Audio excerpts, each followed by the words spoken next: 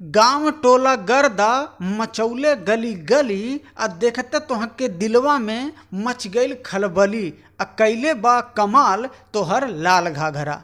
तब भैया 2024 में एगो गाना आयल रहे लाल घाघरा, जवन की पूरा हिंदुस्तान के झुमा देले रहे उ गाना, और आवाज़ में रहे पावर स्टार पवन सिंह और शिल्पी राज के। तो भाई वैसे ही एगो और नया ब्लास्ट गाना आवता हो, और वही गाना के अपडेट आप सबके छोट भाई देवे खातिर आ गइल बा। तो आपके हम बता दी कि गाना के पोस्टर कुछ घंटे पहले ही लॉन्च कैल गई है, जौना पोस्टरवा हमारे स्क्रीनिया पे रउआ लोगन देख रहल बानी। जी हाँ, जौने गाना के टाइटल है कमर दबा दी।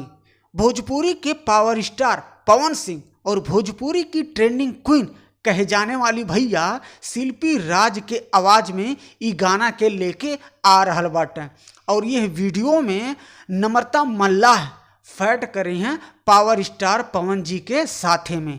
तो आपके हम बता दी कि जब लाल घाघरा सॉन्ग आयल है वह वीडियो में ये तीनों स्टार रहना, तब गाना हिट हो गई है।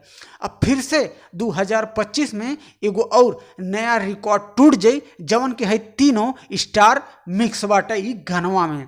जी हाँ, ते भैया ई गाना के जे डायरेक्ट कैले बा नाम है दीपांश सिंह, और गाना के जे लिखले बा उनका नाम है रोशन सिंह विश्वास, और म्यूजिक देले बाने सरगम आकाश जी।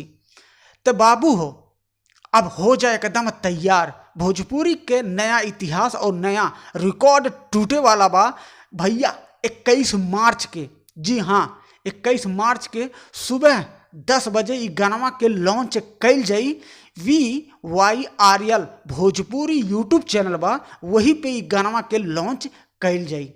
तो आप हमेशा बनल रही भैया यही गरीब चैनलवा पे, और आप सबके छोट भाई हर दिन कोशिश करी हो नया नया गाना अपने है दोस्तवन खातिर पहुँचावे के।